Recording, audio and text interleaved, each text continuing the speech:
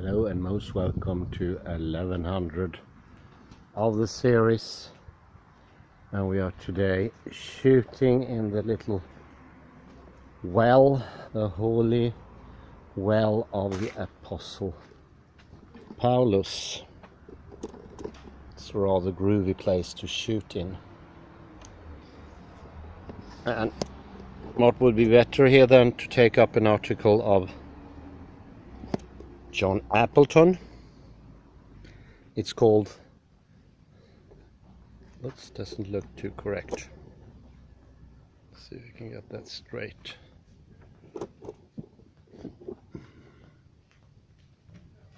Bit twisted.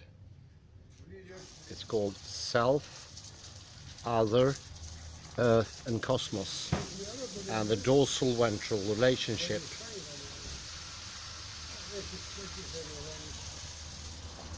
And it also is in connection to what I mentioned yesterday. We had a course in quantum mechanics, and we were talking about, maybe a bit abstractly or actually incredibly practical, about polarization being the means for understanding other things, not their position, not their momentum, but something more encompassing and important. And this is, from my point of view, my up, my down, my left, my right, not a generalized up and down, not an up taking in as a starting point a cube or something similar, an XYZ world, or the world is outside myself and I'm up in correlation to that. I can mention directly here, most people don't understand how they are standing on what they are standing on. It seems for them like useless information. How am I standing? What is the level of the ground? Since we know that affects all aspects of thinking, your balance, the correctness of thinking, the effectivity, the complexity level. Complexity level means, if you have a shallow complexity level, that means the same, that you will not be polarized in relation to the polarized thing, the thing you're thinking.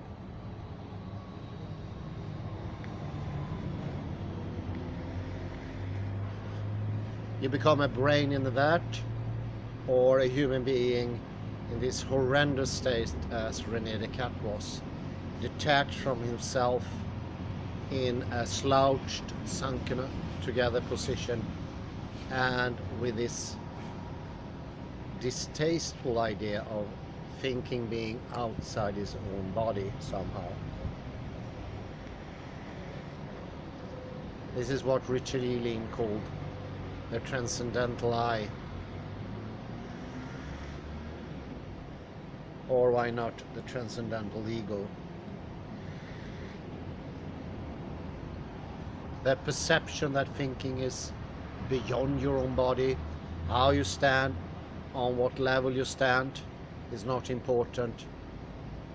Although we know even a shift only 2 degrees forward, that is an almost imperceptible lack of level in the floor or whatever you're standing on, will change all thinking bar nothing. We have become so utterly detached from the world, from ourselves, so we made the world a world of objects with distances, with relationship in these distances. So classical physics has influenced everyday thinking to that great degree that it handicaps our possibility of knowing where we are. And I took as an example in this course when I learned orienting, I don't know what that's called, cross-country search and find. Sorry, it is when you run around in the woods. You have a map and a compass, and you try to find marks. I think you get the picture anyway. In this, you start with the map. The map is important. The map is a two-dimensional, I would not say representation, but it gives hints. It has something you can use. It is helpful, but it's not a depiction of an outer three-dimensional reality. It is not a projection from a three-dimensional space.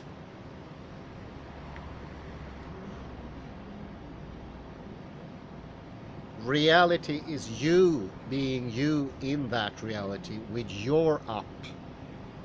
Just your up. Not anyone else's up, not a generalized up, not an up that you can read about in a book. It is your embodied up in that moment. And that you need to take the map to that level.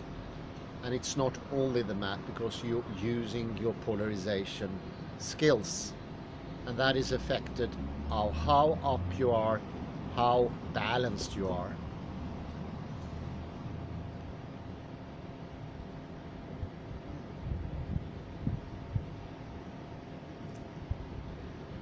So we're entering a new thinking altogether, and we're entering a new way of being.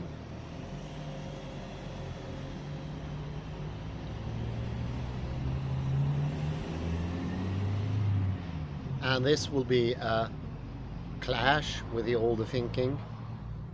It will be something utterly new. It will not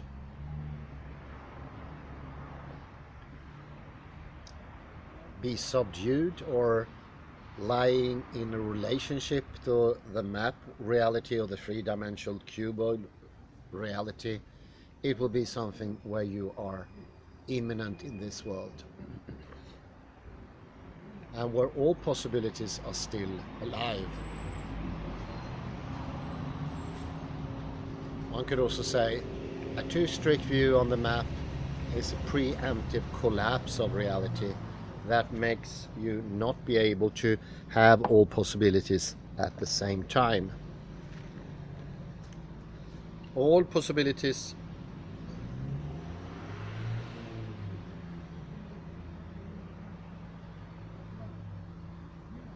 at the same time is what I would say reality.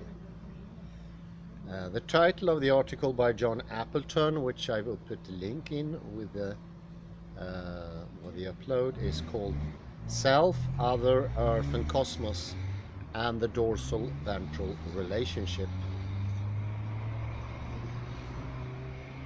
As a teacher of the Alexander technique, I was trained to seek within myself and then within my students release of habits interfering with a theoretical construct called primary control.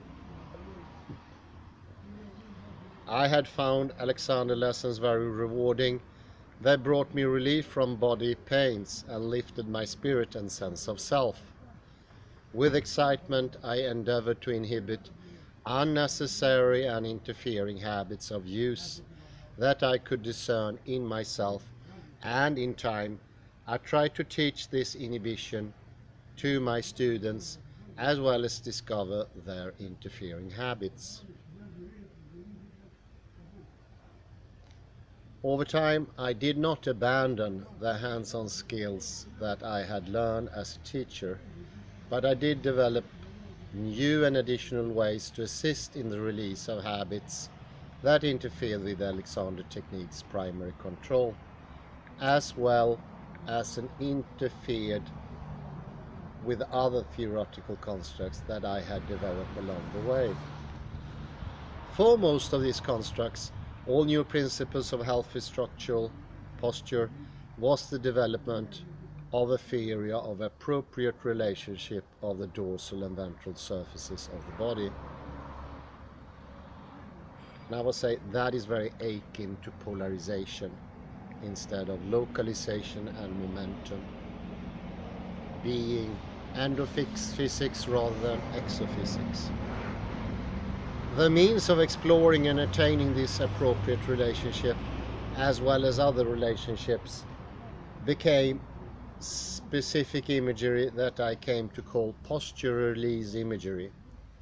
My original idea and the principle concerning the dorsal ventral surfaces of the body was that healthy and efficient support to our structure, and that of probably all land-bound tetrapods, comes from the appropriate relationship of the dorsal and ventral surfaces. This relationship is the following: that the entire dorsal surface gently expands upward and outward, and the entire ventral surface gently contracts downward and inward in order to provide the most efficient response to gravity. This response is the sensory neurological model for proper positioning of the skeletal system by means of the muscular system. This original perspective concentrated on the importance of the relationship of the dorsal and ventral surfaces to the gravitational field.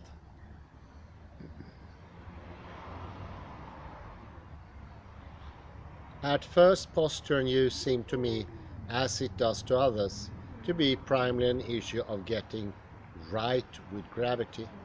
I have since come to see the body's relationship to gravity is a secondary, though strong secondary, issue.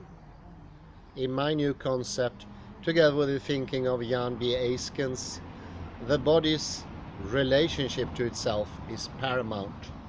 Stated differently, the relationship of the dorsal and ventral surfaces to each other is important, independent on gravity. And this is this endophysics, relating to oneself. What could possibly be meant by the body's relationship to itself?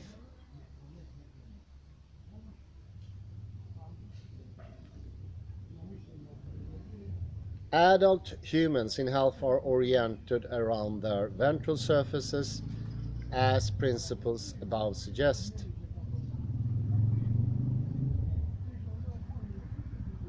You can see in what is called the neutral body posture, it will be in the link, you put it up if you want to. Though this is a generalized depiction of NBP, individuals would show variations from this because of various tensions they have, keeping them from attaining a truly neutral body posture. Some would show straighter limbs, a back or neck more hollowed, and so forth.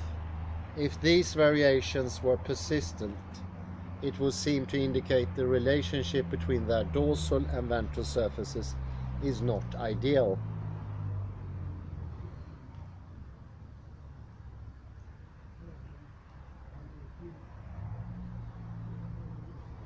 This is something taken from the Alexander technique and is often called back to lengthen and widen, you might recall from previous lectures. Contraction of the ventral is also noticeable, but what may not be obvious is the ventral's orientation towards having contact with something. Organism in fetal position can be considered to be oriented toward or seeking ventral contact with themselves. However, any organism in the later state of maturity has a ventral surface oriented to having contact with something other than themselves. Mother and child is an obvious example, yet the other also includes Mother Earth itself. The result of relating to self or other are similar and consistent with each other. Being related to self and other can be compatible orientations. Both involve a strong tendency toward ventral contraction and dorsal expansion.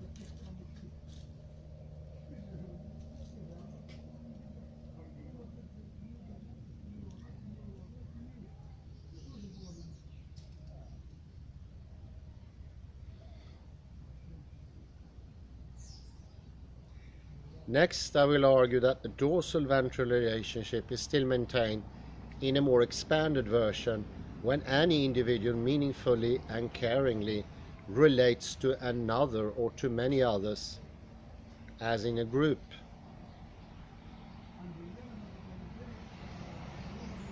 This is what I call the caring curve, and that's the embracement of someone. The caring curve is present, you could say, and that leads to stability. If a person is sticking out his or her chest, we may think of them as arrogant and therefore not openly caring of others. Conversely, but also similarly, if a person is too contracted in their chest, we may think of them as too humble, not humble. They can be seen as too contracted to be openly or usefully caring of others, only of themselves. The curve of the head, tail or legs is exceedingly inward or outward. If maintained persistently, can similarly suggest emotional or personality qualities that are unhealthy for our structures.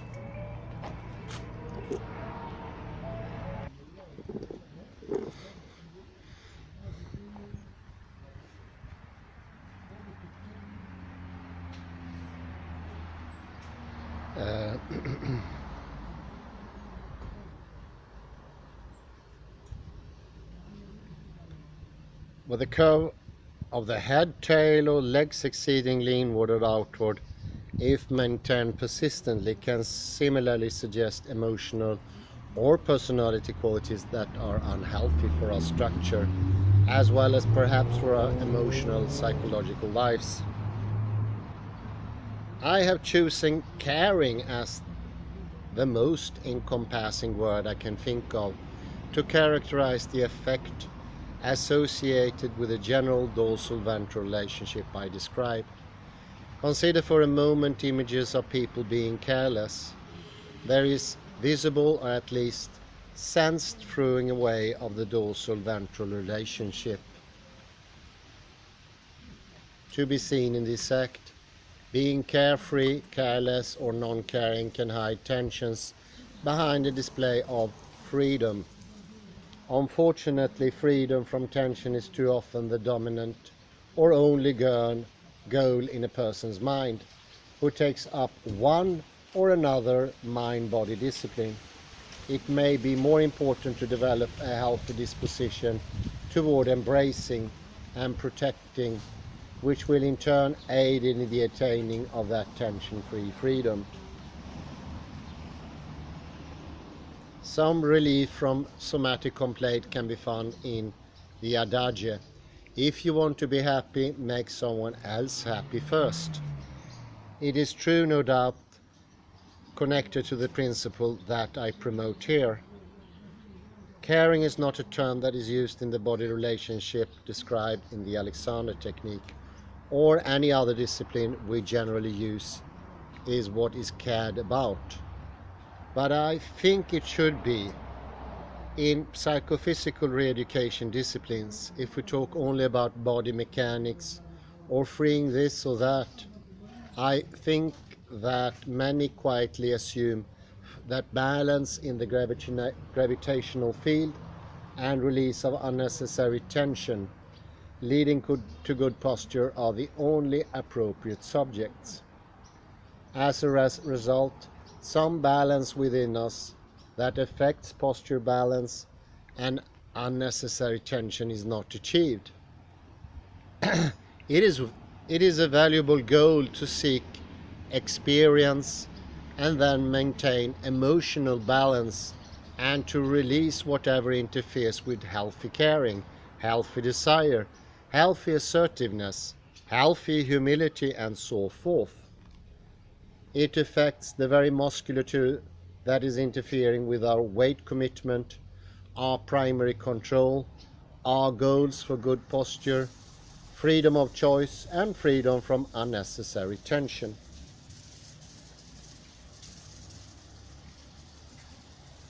In the Alexander technique, we are concerned with choice, freeing the head, neck, back relationship gives us more freedom to choose, largely by inhibiting startle reflex patterns and allowing us more time to choose.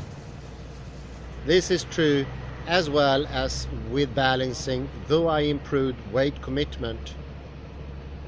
Through improved weight commitment, which reduces muscular gripping, which is the very antithesis of choice, I contend that kinesthetically experience with PRI imagery, the appropriate dorsal ventral relationship, as well as a wave-like variations on that relationship, gives us an increased awareness of our emotional body and its potential for expression and peace. This suggested experience have everything to do with Alexander techniques, matters of interest as well for those involved in yoga, tai chi, the Feldenkrais method, and many other somatic or mind-body disciplines.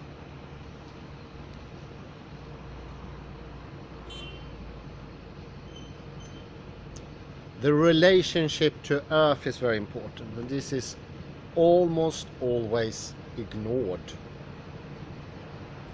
We are land-bound tetrapods. Though we walk on two legs, our heritage is with horizontally oriented creatures with four legs on the ground.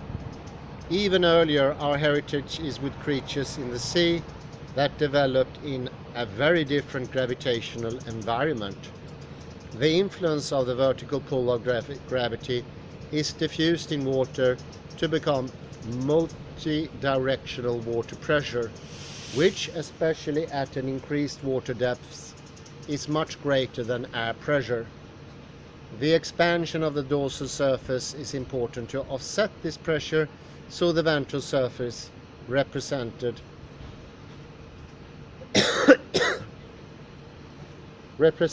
as being smaller. For many of us, our relationship to the Earth is not a positive one. I do agree with that.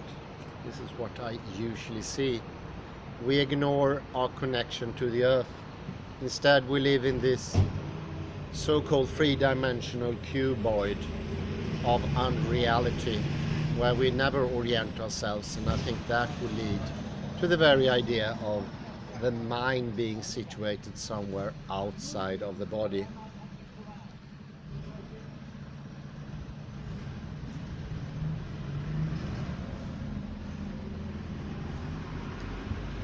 It is certainly true that if we carelessly tempt faith, the Earth's gravity can exact quick justice. However, it is important that the ground not be implicitly viewed as the enemy.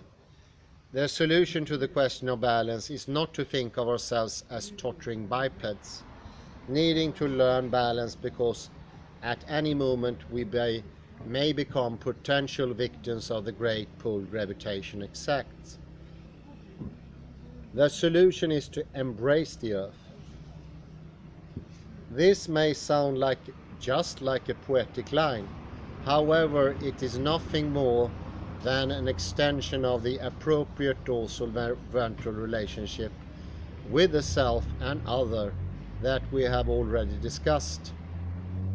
However, by imagining that we are resting on and gently embracing the Earth with our entire ventral surface, immediately changes the postural configuration within our bodies so that a sense of security reigns. That is all that is needed to be balanced, and the imagined sense that one is so much in contact with the ground, with its entire ventral surface, that there is no balancing required. And I think that is very good. We have enough surface if we just let the surface come into us. If we know that we are the centers of the universe, we are the collapser of the superposition, we make reality, and that includes all potentiality as well as what is explicit.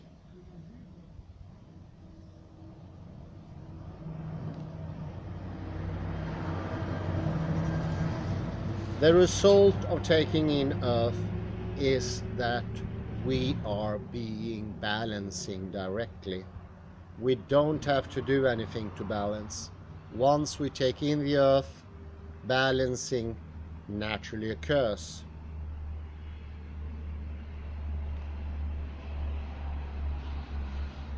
That sensation is one of gently contracted ventral surface that somehow feels itself in contact with the Earth.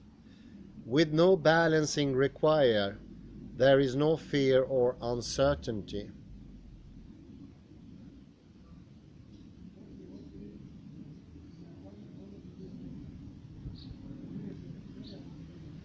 The earliest land-bound organisms were in closest contact with the ground. Virtually all their entire ventral surfaces were directly supported by the Earth much of the time. This provided them with specific but unnamed sensations. However, as organisms came away from the Earth up to 4 legs, the ventral surface maintained the sense of secure connection with the Earth by maintaining the dense and contracted sense that the parts, feet in contact with the ground had.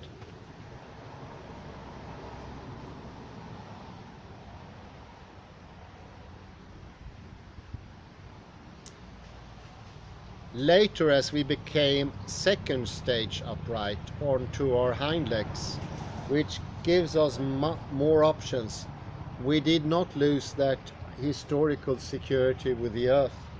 We only think that we have, due to misuse of natural function. Our ventral surface should remain generally directed toward and associated with the ground, if only slightly, as it was as a simpler creature. Though we may think that we are teetering on 2 little legs, we are, when posturally healthy, supplied with considerable internal, external and surface data to keep us well oriented in space and safe from gravitation's potential dangerous bite. By merely imagining that the ground supports us at every point, at every ventral point, just as it does for simpler creatures, we can come to feel secure and grounded. This grounding will also allow us a new freedom of the dorsal surface. These imagery-based experiences are kinesthetic learning experience and can become part of general use.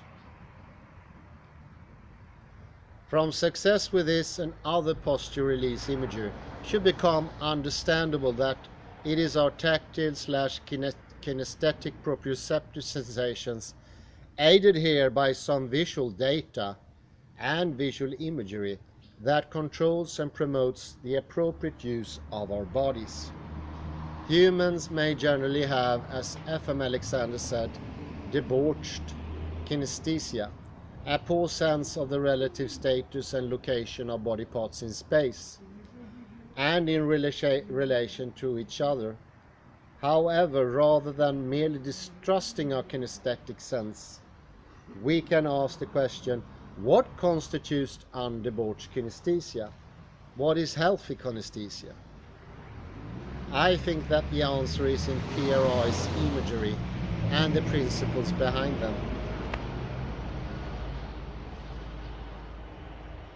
Up to this point, we have studied my vision of the complementary relationship of the dorsal and ventral surfaces of the body to itself, to others, to the earth/gravity. We are cared for and made caring by this relationship. We are made secure by maintaining a sense that our ventral surface is embracing the earth, as well as sensing that surface as dark and dense in contrast to the sensing the dorsal surface as light and fluffy. Now comes an opportunity for an illuminating experience, beyond the mere success with releasing some tension and restoring some calm with the above mentioned imagery. It is the opportunity for a religious and spiritual experience and release of unnecessary tensions, and to experience oneness by becoming one with the earth and cosmos. However, it must be noted that experience we have are always physical experiences, though they may be emotional, spiritual, and so forth.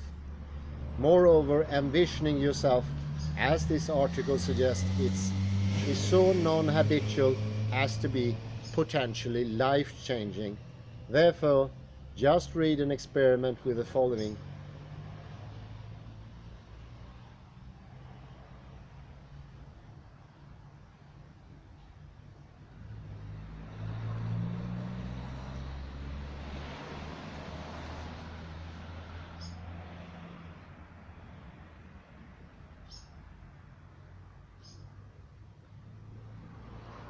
So one could say that ventral dorsal relationship is earth and heaven.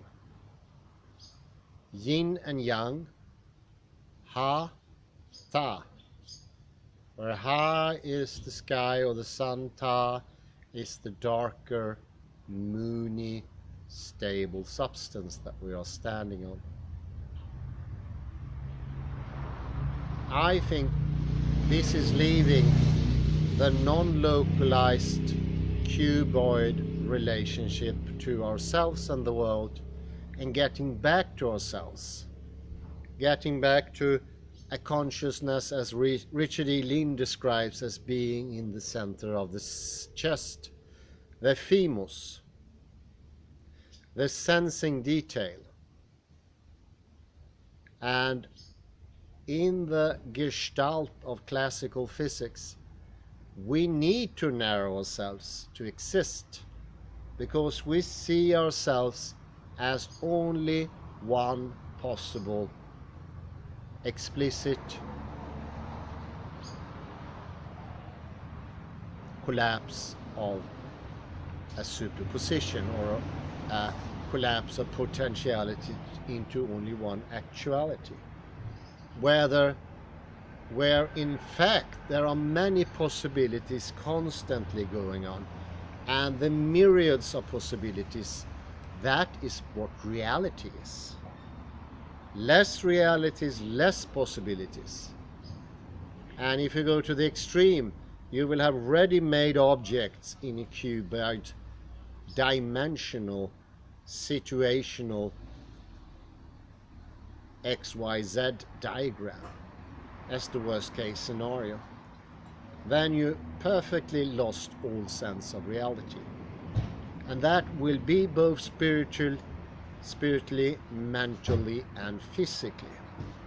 Because there is no difference when it comes to the physical makeup of ourselves.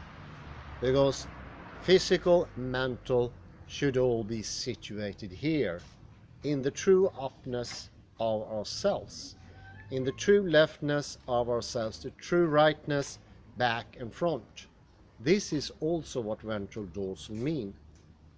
And this is an absolute predisposition to have access to the polarized field, which is the field of possibilities, or you can call it the quantum field.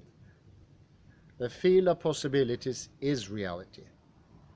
The only perspective, the only one cause and effect, linear time, subject in front of object in space, are severe limitations of reality. And it makes you tense, really tense. This is actually sort of an abstract picture of what tensioning is. Flappiness and tensioning is the picture of classical physics.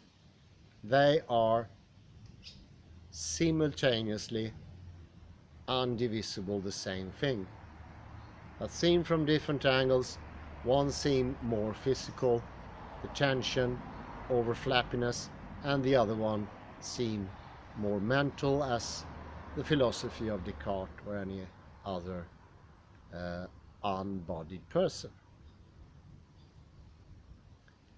Once we get into our true embodiment, we become present in our true up, our true down, our true back and forth, front.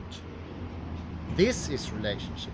Oddly enough, this is also how an electron relates itself. Not according to some outer limit, but according to its own left and right. And we mentioned this before when we talked about the spin of the electron.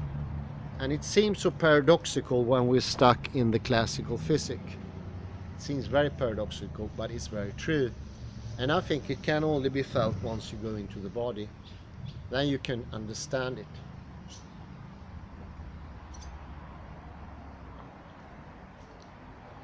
Because the body understanding or the mind understanding is the same thing. The body is not one flappy piece of mass situated in the cuboid. This is where everything starts.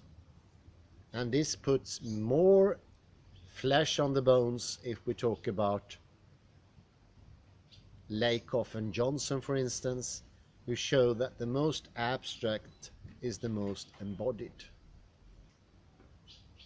It gives a completely different vision. This is a new way of being. But we also get true physical movement and true mental movement, true thinking. And as Schrödinger said, he did not know what true sensing was before he understood quantum mechanics. And I would say it would be impossible when you're stuck in the cuboid field with distances and objects to understand that reality is potentiality. This is the true fragrance or taste of reality. It is its very potentiality. This is what we usually call reality. And this is also what is being conscious. I would say in the classical physics, there is absolutely no room for consciousness. It's a lack of consciousness. Don't get a picture of a world outside yourself in 3 dimensions.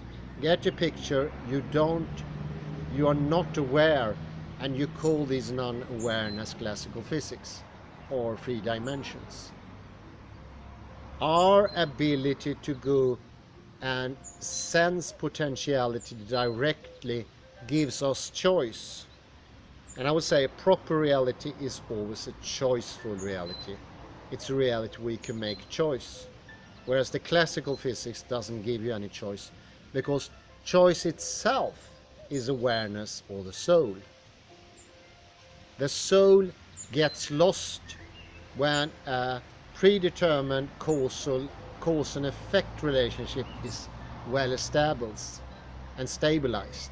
This is the lack of awareness. This is the lack of a soul. This is going up in the head, as Richard E. Lynn so depictfully called it. This is leaving the world. This is becoming a transcendental signified. This is no longer feeling your body, and scary. A percentage of the population, might 15-20%, they don't even aware if the underground is tilting, something we learned from when we spoke about the body and political tilting and being on a Wii board. This is scary. Then you are completely de-bodilized, if that's the word. I say thank you very much. This is an introduction how to access the superposition of quantum mechanics from a viewpoint of the body itself, how to do it. And of course, this takes a lot of training, but it's a rewarding training, trust me. I am completely amazed how much flexible I've become, how much less tense in my joint I've become, how much more I understand about expansion, actually bring more to myself, not less, as will be the case in classical physics. Thank you very much and have a very pleasant afternoon. Bye bye for now.